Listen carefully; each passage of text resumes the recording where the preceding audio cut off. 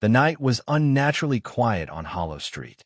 The lamps that usually flickered with a warm orange glow were dim, their lights struggling against the heavy mist that had rolled in from the woods nearby. Emily Carter, a young college student, had just returned home after visiting her best friend. Her house stood at the very end of Hollow Street, right where the road met the shadowy forest line. As she walked, Emily noticed something unsettling. Each step she took echoed louder than usual, as if the street itself was amplifying her presence. She turned her head quickly, certain she had heard another set of footsteps following her. But when she looked back, there was nothing, only the faint outlines of houses swallowed by the fog. Trying to calm herself, Emily pulled out her phone, but the screen flickered strangely and died, even though she had fully charged it earlier. Her heart started to pound. The silence was suddenly broken by a faint whisper carried through the mist. "You shouldn't be here." Emily froze. The voice sounded like it was right behind her. She spun around. No one. But this time, she could see a tall, shadowy figure standing several feet away in the fog. Its shape was human, but its head tilted unnaturally to the side, as if bones had cracked long ago and never healed. Emily tried to scream, but her voice caught in her throat.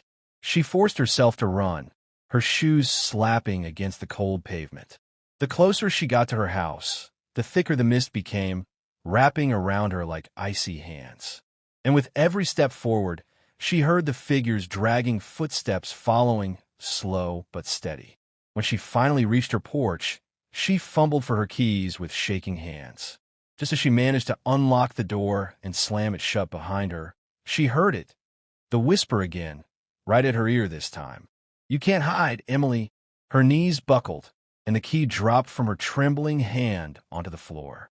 Inside the house, Emily's chest heaved as she locked the door and leaned against it. The familiar walls of her living room gave her a momentary sense of safety, but her relief was short-lived. The silence inside was heavier than outside, almost pressing against her ears. She picked up her phone again, hoping it would turn on. The screen flickered back to life for a second, but instead of the usual lock screen, an image flashed across it.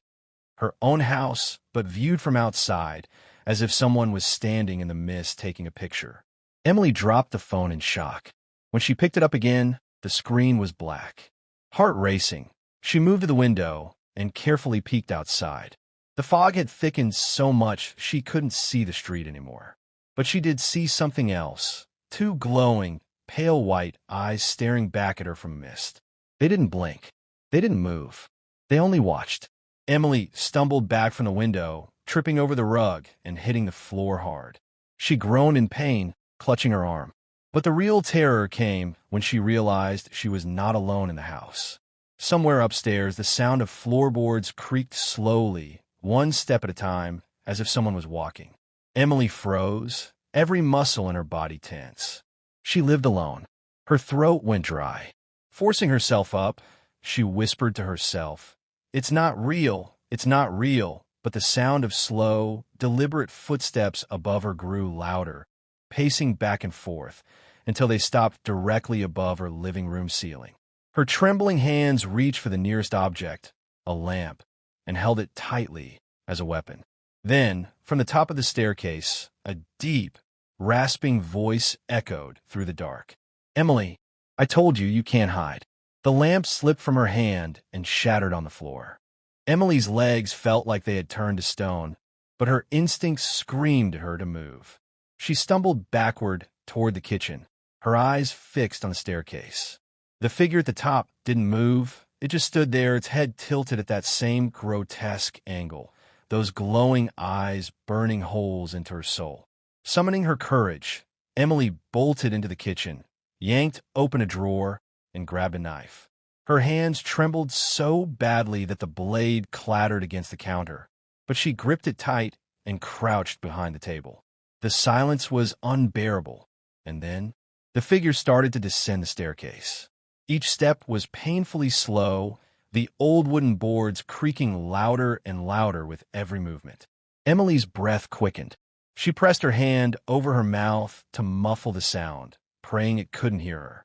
Suddenly, the lights flickered violently, plunging the house into darkness and back into dim light again. For a brief second, Emily saw the figure standing not at the staircase anymore, but directly at the doorway of the kitchen. Her scream tore through the house. She stumbled backward, knocking over a chair as she ran toward the back door. But when she flung it open, there was no escape, only the same suffocating fog waiting for her outside. Panicked, she stepped out into the mist anyway, clutching the knife, her eyes darting in every direction. The street was gone. The neighboring houses were gone. All that remained was a vast, endless stretch of white fog swallowing everything around her. A voice whispered from behind her ear, so close she could feel the chill of its breath. "Why are you running, Emily? This is your home now." She spun around, swinging the knife wildly, but there was nothing but the mist. And then she saw them, shapes forming in the fog. Dozens of shadowy figures, all standing still, all with their heads twisted at the same impossible angle, their glowing eyes fixed directly on her. Emily's heart pounded so hard she thought it would burst out her chest. She dropped the knife, her knees buckling under her as the figures began to close in, step by step, their whispers overlapping in a terrifying chorus. "Stay with us. Emily, forever." Emily's breath came in short, ragged gasps as the circle of twisted figures closed in. Their whispers grew louder, weaving through the fog like 100 icy fingers clawing at her mind. She clutched her ears, screaming, but the voices didn't stop. They echoed inside her head. Suddenly, the ground beneath her feet shifted. The solid pavement of Hollow Street dissolved into something softer, like damp soil. When she looked down, she realized she wasn't standing on the street anymore. She was in a graveyard. Dozens of crooked tombstones jutted out of the earth around her, their engravings covered in moss and too weathered to read. But one stone caught her attention. It was right at her feet. She crouched to wipe the dirt away, and her blood froze. The tombstone read, Emily Carter, 1999 to 2023. Her own name, her own date of birth. No, this isn't real, she cried, stumbling backward. But as she looked up, the figures in the fog had drawn even closer, their pale eyes gleaming like lanterns. One of them stepped forward. Unlike the rest, its body was clearer, almost human, its face half visible through the mist. Emily's stomach lurched because the figure looked exactly like her. Same face, same eyes, but twisted with an unnatural smile stretching too wide across its pale cheeks. The doppelganger raised its hand and beckoned her forward. Its voice was soft, but it cut through the chorus of whispers. "This is where you belong, Emily. You can't fight it. You've been here all along." Emily shook her head violently, her chest tightening. She turned to run, but no matter which direction she moved, the tombstones stretched endlessly, and the fog pressed tighter, suffocating her lungs. The shadows closed in, their whispers merging into one deafening command. "Join us."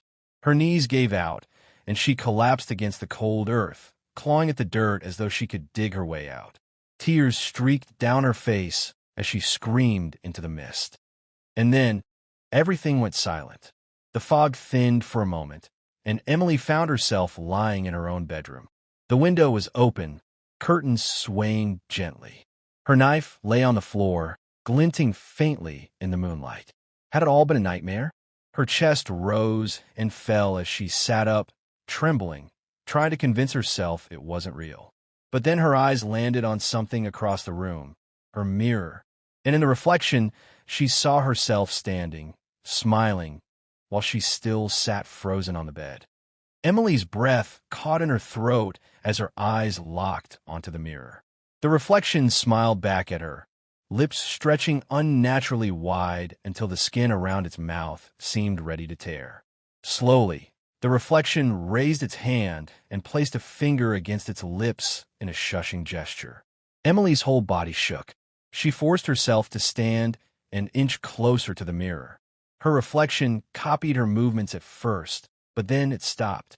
While Emily froze mid-step, the reflection kept moving forward, pressing its hands against the glass.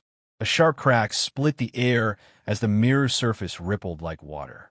Emily stumbled back, horrified, as her own reflection stepped through the glass, its body warping and shifting until it stood solidly in her room. It was her, but not her.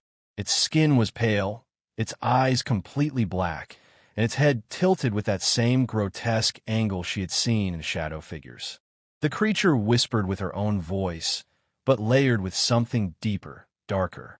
"You were never meant to leave Hollow Street. You're one of us now." Emily screamed and lunged for the knife, her last weapon. She slashed desperately at the doppelganger, but the blade passed through it like smoke. The creature only laughed, a low, guttural sound that made her ears ring.